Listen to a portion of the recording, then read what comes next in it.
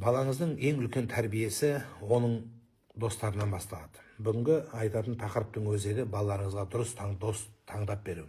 Бала дұрыс таңдай алмайды.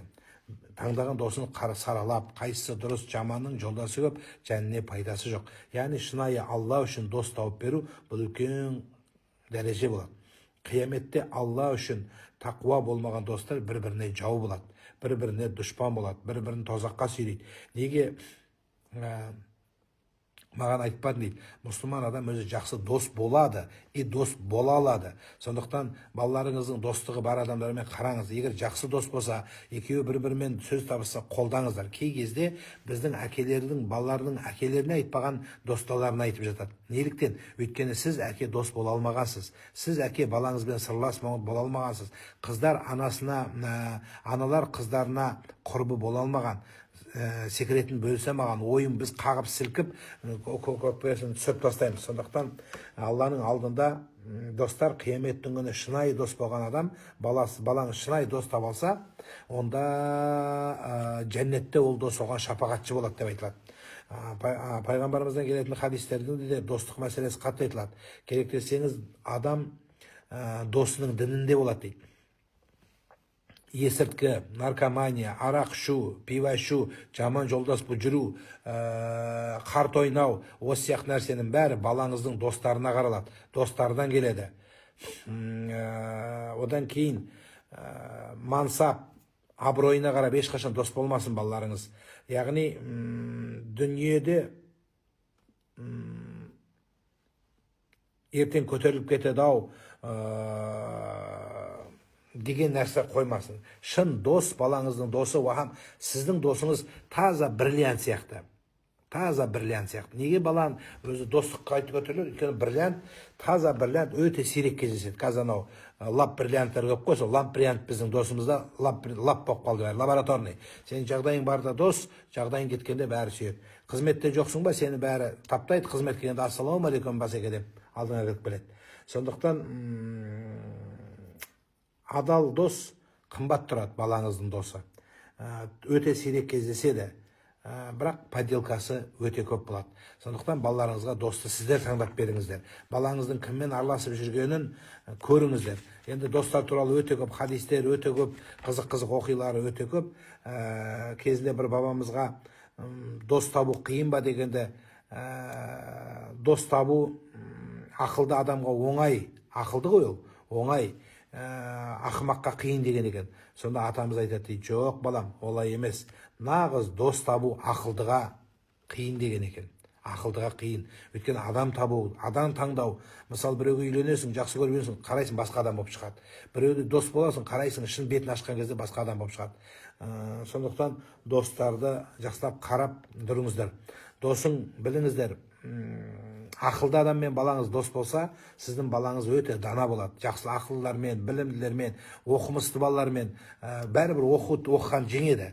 Анау қалай десем болады, ғылым, білім, математика, жалпы ғылымның жолындағы балалармен дос болдырыңыздар балаларыңызды. Оқымысты балаларға, қымбат мектептерге шаман келсе оқытыңыздар балаларыңызды. Қарызға батып той бергенше, қарызға батып балаңызды оқытыңыздар жақсы мектепке. Өйткені оқыған балалардан шығады. Балаңыз жақсы дос, ақылды баламен, білімді баламен дос болса, балаңыз дана болып шығады. Енді иманды бала болатын, ғалым баламен, адаммен дос болатын болса, онда тақуалығы күшейеді балаңыздың. Адалдығы, сізге қызметі күшейеді. Сондықтан осы нәрсеге аса мән беріңіздер. Одан кейін кімнің бір досы болса, ол өмірлік бақытты адам деп имам Захабидің сөзі келеді екен. Пайғамбарымыз Мұхаммад саллаллаху алейхи ва саллямның үйіне бір әйел келіп есік қағыпты. Сол есік қаққаннан кейін пайғамбарымыз орнынан тауып, ал әйел келген екен, жүгіріп қызмет қылып, сондай жүгіргенде сахабалар, әйелдер таң қалды. Неге болса бір әйелге соншама құрмет жасасыз дегенде, ол менің қайтыс болған әйелімнің досы, Хадишаның досы Майсара еді деген екен. Сондықтан айтайын дегенім, балаларыңызға жақсы дос тауып беріңіздер. Дос табылған болса, сол досқа адал тұратындай, керек десеңіз, жәннетке Жәннетте шапағат жасайтын да біреуі дос болады деп айтылады риуаяттарда. Исаилят бола ма, ол басқа бола ма, қалай болғанда да адамға тәрбие алып келген адам, шын дос болған адам, бұл көп. Біздің достарымыз сен бетіне бір нәрсе айтсаң, сразу жау болып айналып шығатын жоқ көп. Сондықтан адам адамға достыққа, мына кімнің, Жалалдин Румидің Мәснауи еңбегінде күшті айтылады. Мына бір құрбақаменен бақамен тышқан дос болған екен. Сол тышқан қайта кеп жаңа құрбақаға сөйлесе беретін көрінеді. Сөйтсе құрбақа бақ дейді екен де суға секіріп кетеді, бақ дейді, суға секіріп кетеді. Соны тышқан ренжіп айтқан екен да: сен өзі қызық адамсың. Мен саған әңгіме досым деп саған постоянно сырымды айтам. Сен мені тыңдамай суға секіре бересің деген екен. Сонымен екеуі шын дос боламыз деп бір-бірін жіпке байлапты. Ана суға секірген кезде тышқан кетпейтіндей, соны тышқан саса бүйтіп тартып бір-біріне өмір сүрген екен. Сонда бір күні ителгі дейді ғой, мынандай бір құс келіп, жаңағы қаршыға келіп, тышқанды ілген кезде құрбақа бірге ілініп өлген екен. Содан шықты жаңағы адам достың дінінде болады. Абайлап балаларыңызға досты дұрыс таңдап берсеңіздер, баланың ісі де өмірі де өте жақсы болады. Сондықтан балаларыңызға досты дұрыстап таңдап беріңіздер. Балаларыңыздың досы темекі шекпейтін, ұрлық қылмайтын, боғауыз сөз сөйлемейтін, әке-шешелері дұрыс, тәрбиесі дұрыс достар тауып берсеңіздер, балаларыңыздың келешегі жақсы болады. Бала білмейді, кім жылы сөйлесе дос бола береді, бірақ кіммен дос болу керек, кіммен араласатынын ата-анасы жақсы біледі. Тағы да айтам, дүние мәселесін алға қоймаңыздар. Дүние бүгін бар, ертең жоқ. Атақ бар, бүгін ертең жоқ.